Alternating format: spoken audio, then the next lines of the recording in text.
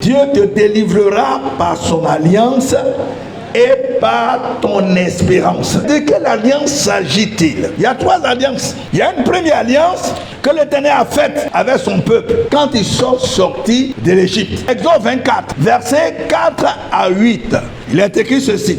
Moïse écrivit toutes les paroles de l'Éternel, puis il se leva de bon matin, il bâtit un autel au pied de la montagne et dressa 12 pierres pour les 12 tribus d'Israël. Verset 5. Il envoya des jeunes hommes, enfants d'Israël, pour offrir à l'Éternel des holocaustes et immoler des taureaux en sacrifice d'action de grâce. Moïse prit la moitié du sang qu'il mit dans des bassins et il répandit l'autre moitié sur l'autel. Verset 7. Il prit le livre de l'alliance et le lut en présence du peuple. Il dit, nous ferons tout ce que l'Éternel a dit et nous obéirons. Verset 8. Moïse prit le sang et il le répandit sur le peuple en disant, voici le sang de l'alliance que l'Éternel a faite avec vous selon toutes ses paroles. Amen. Voilà la première alliance. Deuxième alliance, puisque la première alliance n'était pas suffisante. Deuxième alliance, qui est l'alliance qui inscrit la parole de Dieu dans les cœurs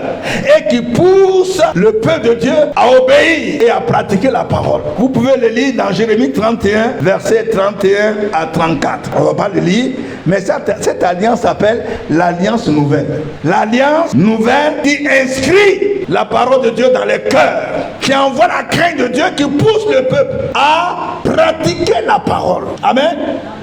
Maintenant, la troisième alliance, qu'on appelle la nouvelle alliance. L'alliance nouvelle et la nouvelle alliance, c'est pas la même chose.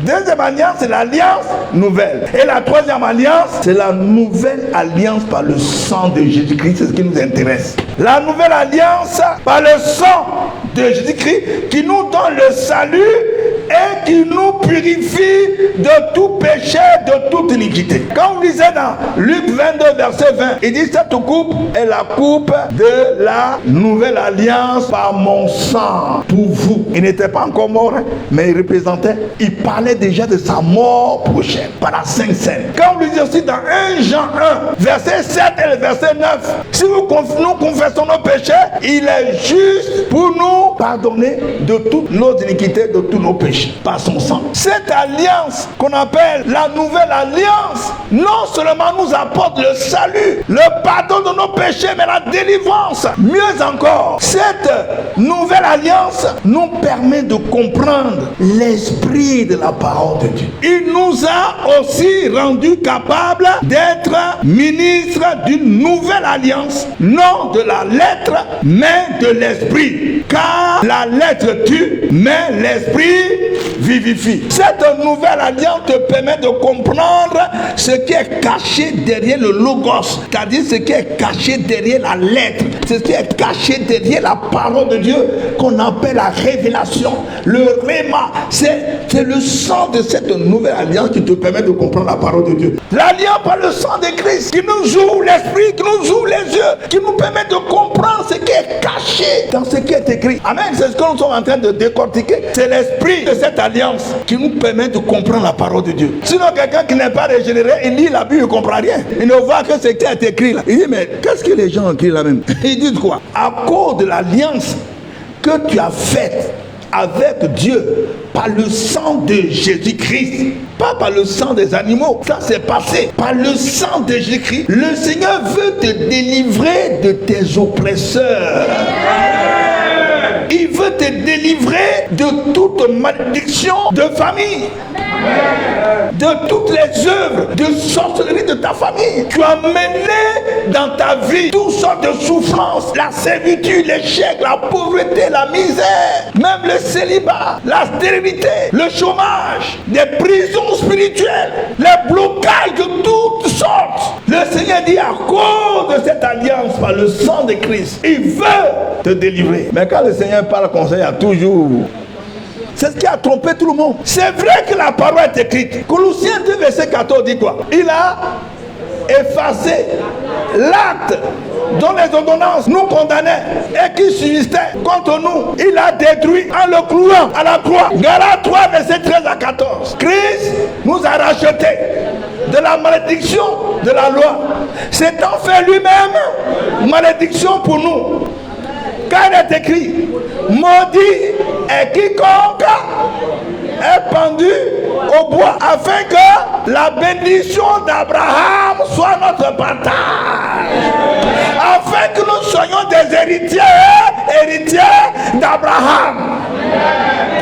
1 Pierre 1, 18, 19. Ce n'est ni par l'argent ni par l'or que nous avons été rachetés de la vaine manière de vivre que nous avons hérité de nos pères. Mais c'est par le sang de l'agneau que nous avons été rachetés de la vaine manière de vivre que nous avons hérité de nos pères. Le sang de l'agneau. Toujours, quand il y a une délivrance, il y a le sang de l'agneau par derrière. Dites à Jérusalem que sa servitude est terminée, que sa servitude est finie. Dieu me dit de vous dire la même chose cette fin d'année. Celui qui m'a entré dans les conditions, comme on citait tout à l'heure, ce serait une fin d'année glorieuse pour ces personnes. Une année de victoire, une fin d'année de victoire. Parce que Christ vient avec sa victoire. Et nous combattons dans la victoire de Christ. C'est-à-dire, avant même qu'on ne commence le combat, on est déjà victorieux. C'est important de savoir quand la Bible dit il change la malédiction en bénédiction. C'est dans le combat. Hein? Ce n'est pas parce que Jésus-Christ a versé son sang pour toi ou que tout ce que Christ a accompli est écrit dans la Bible que tu es systématiquement, c'est français, hein, que tu es systématiquement délivré de toute malédiction de la sorcellerie de ta famille. Ce n'est pas parce que Christ est mort, il a versé son sang pour toi et que tout ceci est écrit dans la Bible que lorsque tu te convertis net, systématiquement, magiquement, tu es délivré de tout. Tout ce qui est écrit dans la Bible, ce sont des décrets divins que tu dois appliquer sur ta vie pour avoir la victoire, la délivrance. Toi-même, tu dois saisir, maintenant que tu as compris, maintenant que tu sais qu'il y a la victoire dans la parole, dans le sang de l'agneau, tu dois prendre tout cela maintenant pour les accomplir dans ta vie. Être converti seulement ne peut pas t'apporter une délivrance totale. Tu dois y participer. Tu dois pouvoir prendre les atouts que tu as en Jésus-Christ pour les appliquer dans ta vie. C'est écrit pour qu'on proclame ces paroles. C'est dans ces paroles se trouve la puissance de Dieu. Romains 10, versets 9 à 10. Si tu confesses de ta bouche le Seigneur Jésus, et si tu crois dans ton cœur que Dieu l'a ressuscité des morts, tu seras sauvé. Confesser de ta bouche, c'est pas rester comme un muet. Moi je crois dans mon cœur, mais croire dans ton cœur, ça suffit pas. Car c'est en croyant du cœur qu'on parvient à la justice, et c'est en confessant de la bouche qu'on parvient au salut. Deux choses. L'une est de croire et l'autre est de confesser ce qu'on croit. Et c'est là qu'on est sauvé, on est délivré, on est restauré, parce qu'on emmagasine des connaissances, mais il faut les proclamer. Parce qu'en les proclamant, il y a une puissance qui se dégage de ces paroles. Une puissance qui vient pour te délivrer, pour aller contre tes ennemis, pour te restaurer, pour te faire sortir des prisons sataniques.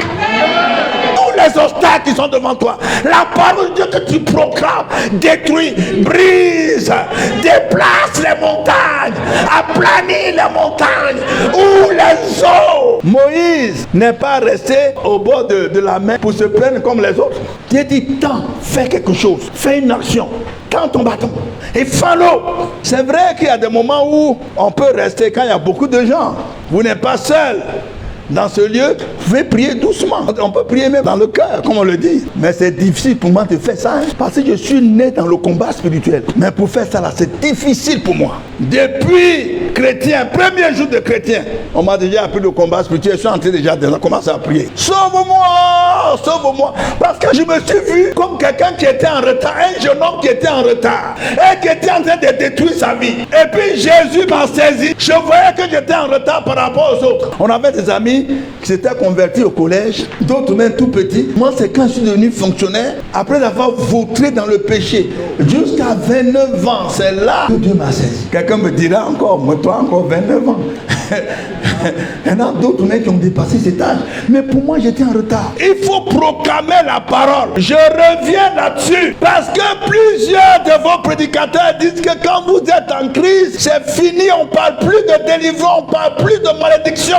On ne peut pas trouver de malédiction dans la vie d'un chrétien. Aujourd'hui, ces paroles vous ont mis en retard. Toi qui m'écoutes, tu as déjà fait 20 ans de conversion, voire même 30 ans. Rien n'a changé dans ta vie. Pourtant, tu es un bon chrétien. Si tu meurs aujourd'hui, tu vas au ciel. Mais sur la tête, tu n'es rien devenu. Pourquoi? On t'a fait comprendre que le sang de Christ est là déjà, t'a lavé, t'a délivré, t'a restauré. Tout est fini, il n'y a plus rien. Ce qui t'arrive, ce sont les épreuves. Des épreuves jusqu'à combien d'années? Donc moi, je vais mourir avec les épreuves. Je refuse. Les épreuves, c'est pour un temps. Si ça dure trop, c'est que c'est malédiction. Je disais à un frère, c'est vrai que les gens t'apprécient, hein, les gens t'apprécient, tu as de bonnes compagnies, mais si tu ne restaures pas tes fondements, tu vas rester comme ça à vivoter jusqu'à tu vas à la tombe. Hein. Les années passent, tu vas à la tombe. C'est très important, mes amis. On a tout ce qu'il faut pour être restauré. Le sang de Christ est une base, un fondement pour nous. Maintenant, comment construire sur ce nouveau fondement?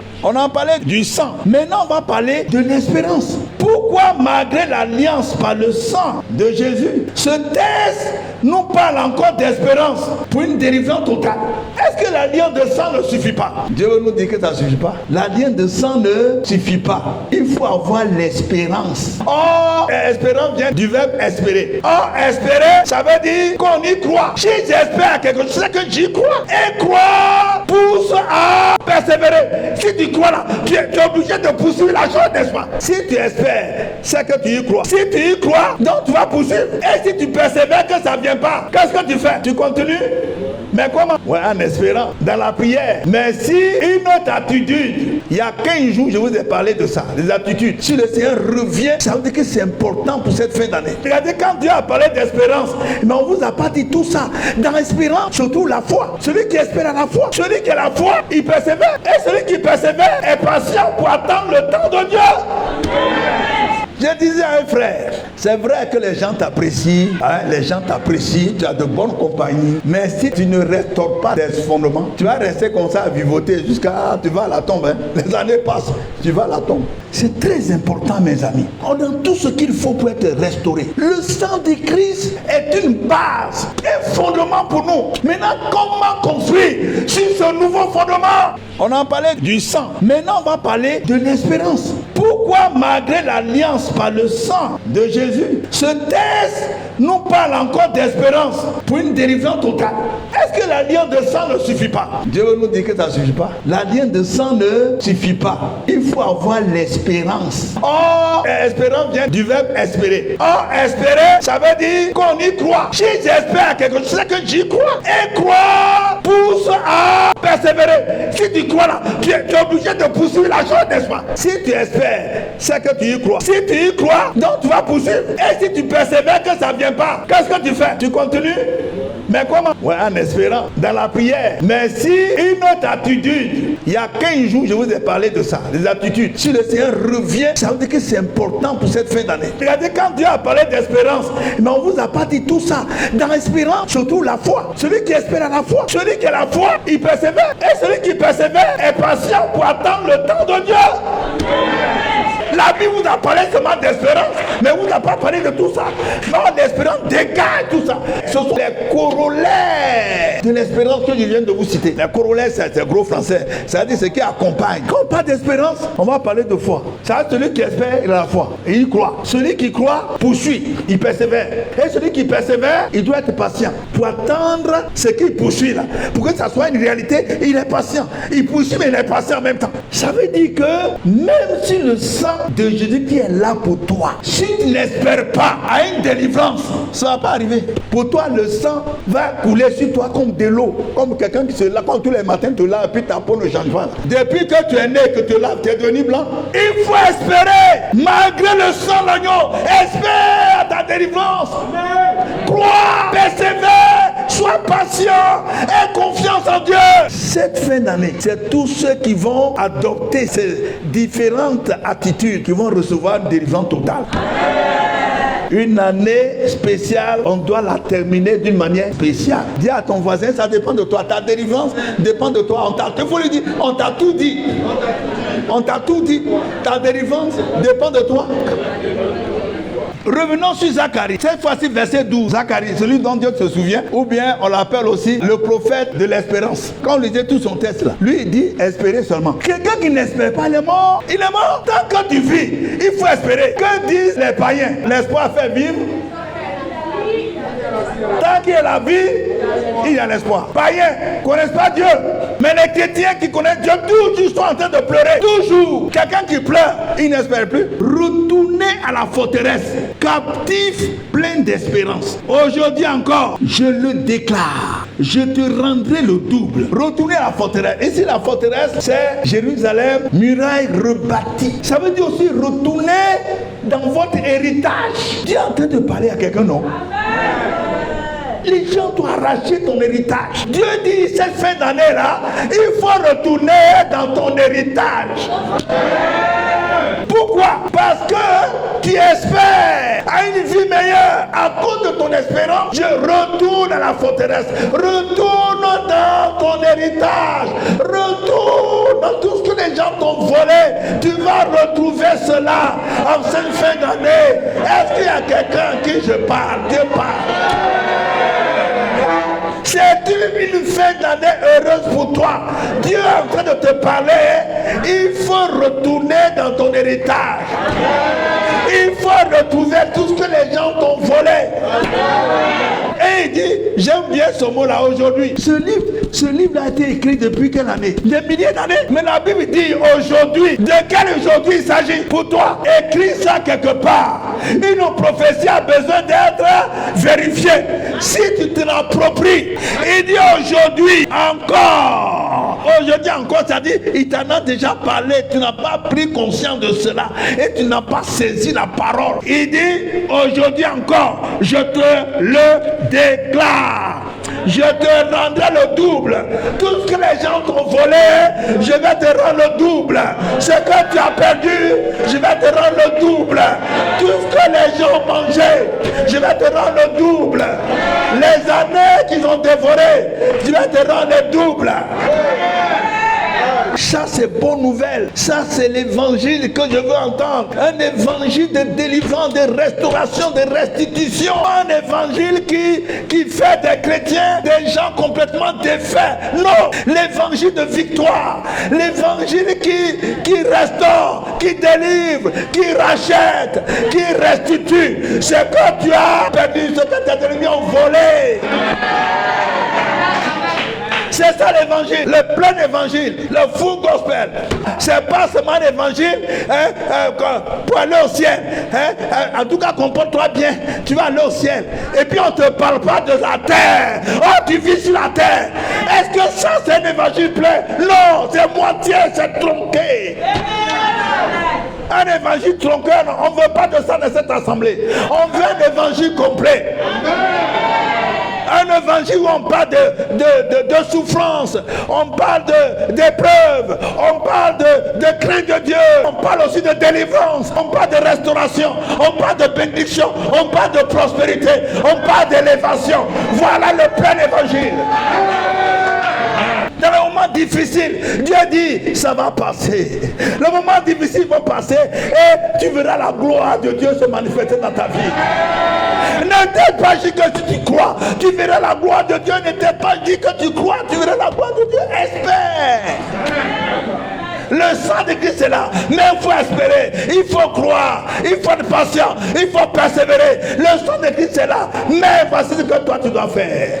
Ésaïe 61, verset 7. Au lieu de votre opprobre, vous aurez une portion double. Au lieu de la honte. Parce que quand tu n'as rien, les gens se moquent de toi. Ils se sont moqués de toi, mais Dieu me dit de t'annoncer que les temps à venir, tu auras le double. Au lieu de votre opprobre, vous aurez une portion double. Au lieu de l'ignominie, ils seront joyeux de leur part. Au lieu de la tristesse, la joie va revenir dans ton cœur. Ils posséderont le double dans leur pays. On dit que la vie est chère, hein? Mais très très bientôt, nous allons posséder le double dans notre pays. On va posséder 2 fois tout ce qu'on a payé d'une manière chère. Ils vont nous restituer ça. Autant que nous sommes là, personne ne sait ce qui va devenir demain. Si Dieu t'a pas parlé clairement. Même Joseph, le cas que j'ai pris, Dieu lui a montré les songes. Il n'a pas compris. Il ne savait pas que ce serait dans un autre pays. Il ne savait pas qu'il allait passer par la prison, par les moqueries, par les accusations. Non, il ne savait pas ça. Autant que nous sommes, c'est vrai que nous avons des sujets, on a même des désirs, mais on ne sait pas le plan de Dieu pour nous dans les temps à venir. Est-ce que ça c'est moi qui suis? Est-ce que Dieu va faire quelque chose dans la vie de chacun de nous? Il faut y croire seulement. La restauration des fondements pour certains c'est très difficile. Ça dépend d'où ils sont venus. Ça dépend de leurs fondements, de leurs origines, qui est complètement détruite par les pratiques sataniques, démoniaques, de sorcellerie. Il faut donc persévérer. Dieu ne parle pas pour rien. Il sait que pour certaines personnes c'est très difficile. Ils doivent persévérer et espérer. Mais pour d'autres, c'est plus facile. Parce que les fondements, leurs origines n'ont pas fait trop de pratiques sataniques. Il suffit de prier pour eux, c'est fini. Mais d'autres ont besoin de persévérer. Amen. C'est ce que les gens ne comprennent pas. Plus ils sont découragés. Il y a des gens pour qui j'ai prié une seule fois. Ils disent non, l'homme de Dieu a prié pour moi, ce n'est pas passé. D'abord, je ne passe même plus là-bas. Il n'est pas trop puissant. Vous comprenez ça? C'est comme ça les gens nous appellent. Ils disent, lui, là, il est puissant. L'autre n'est pas puissant. Mais est-ce que c'est l'homme de Dieu qui délivre? Non. Il faut comprendre que pour toi, pourquoi pour d'autres ça passe vite? J'ai terminé par ce témoignage. On a fini par une quinzaine là. Je vous ai parlé d'un frère qui a été licencié de son travail il y a 14 ans. Il est venu. On a prié. Et il avait déposé un dossier quelque part depuis longtemps. Pendant qu'il poursuivait sa réintégration. Après la prière, où il a déposé son dossier là, on l'a appelé. Il a commencé à travailler là-bas. Mais il continue de poursuivre. Voilà. Parce que là-bas, là, 14 ans, on doit lui faire rappel. Vous comprenez? Les portes là-bas sont ouvertes. Quand on a commencé, il est allé déposer les papiers et ça commence à suivre son chemin. Mais pendant ce temps, on l'a pris quelque part, on lui a donné une chambre même où il ne paye pas. On dit, dors là-bas. Il est allé chercher ses bagages. Il est venu. Il a commencé le travail. Et le travail, là, il est adjoint au chef. En attendant qu'il soit réintégré. Pour certaines personnes, ça passe vite. Pour lui, là, c'est simplement une affaire de sorcellerie. Mais ce que je ne vous ai pas dit, quand on a commencé le combat ici, sa tante est tombée là-bas. Sa tante est tombée. Elle est morte. On l'a appelée. Les gens commençaient à tomber un à un. C'est ce que Dieu est en train de faire aussi pour toi. Si tu crois, si tu espères, si tu persévères, si tu es patient, tu verras la gloire de Dieu d'ici décembre. Que Dieu vous bénisse.